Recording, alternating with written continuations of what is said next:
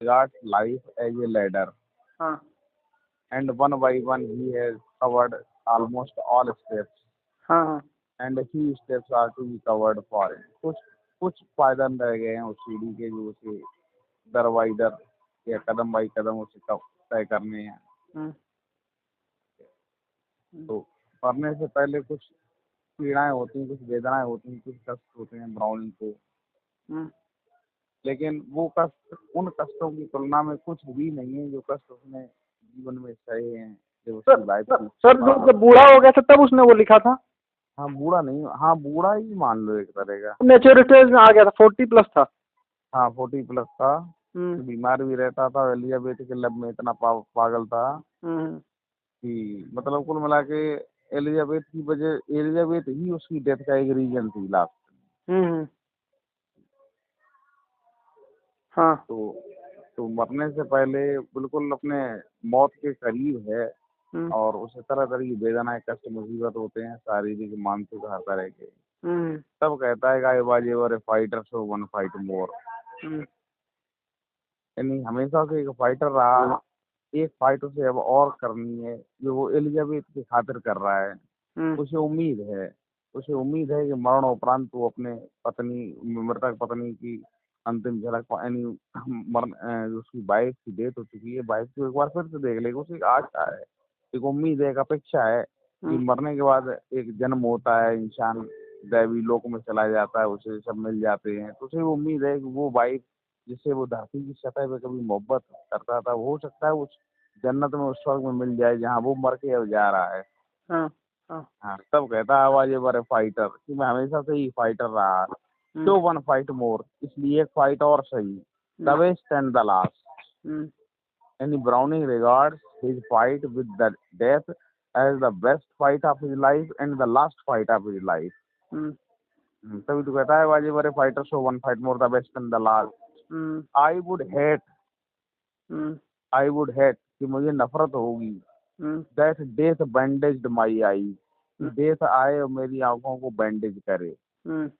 ठीक जिस तरह से एक चोर को पुलिस चारों तरफ से घेर लेती है, उसकी आंखों पे पट्टी बांधती है, उसे घसीटती हुई ले जाती है, तो ब्राउनिंग नहीं चाहते हैं कि पुलिस की तरह, यानी एक चोर की तरह पुलिस के द्वारा मीन्स बाई डेथ, मौत के द्वारा मैं घसीटा जाऊं अंतिम पलों में।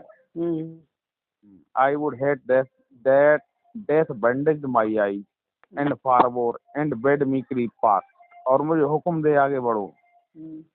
जैसे पुलिस चोर को पीछे डंडियाती है, कहती है आगे बढ़ आगे बढ़ आगे बढ़, तो वो नहीं चाहते हैं कि डेथ के द्वारा वो पीटे जाएं और डेथ कहे उससे आगे बढ़ने के लिए।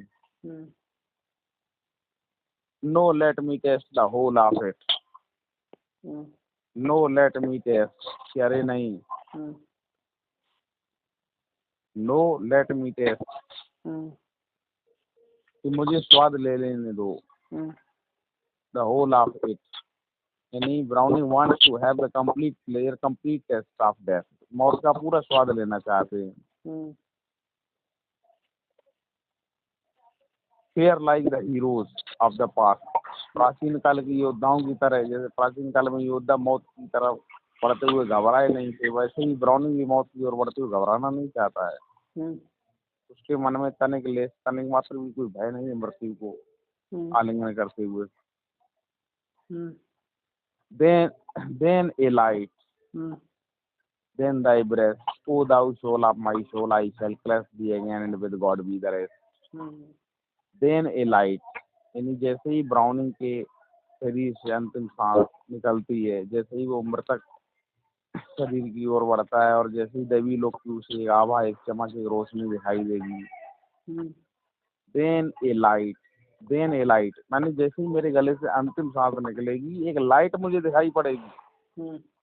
then thy breath, ब्रेस्ट में मतलब फेस से, यहाँ चेहरे से, तब मुझे तेरा चेहरा दिखाई पड़ेगा।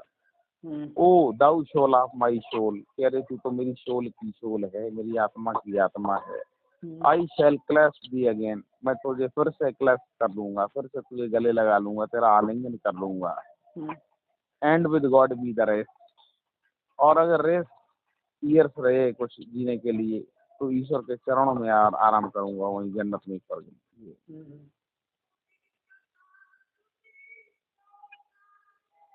इस तो मतलब कि वही लास्ट वही ऑप्टिमिस्टिक लाइन वही है, वाजी बड़े fighter so one fight more the best and the last.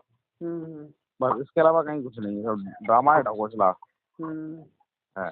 Sir जब आपके पास पढ़ता था तो मुझे वो पूरी पोएट्री ही याद थी, मतलब और भी सर कई सारी कविताएं आपकी तरह दीदी याद हो गई थी, डेली उनको पढ़ता था। अभी टाइम के साथ भूल गई सब। मैं आपसे सुनना चाहता था इस पंक्ति को कई दिनों से, मैंने सोचा सुन लेता हूँ, थोड़ा एनर्जी मिल जाएगी। और सुना। हाँ सर, अच्छा।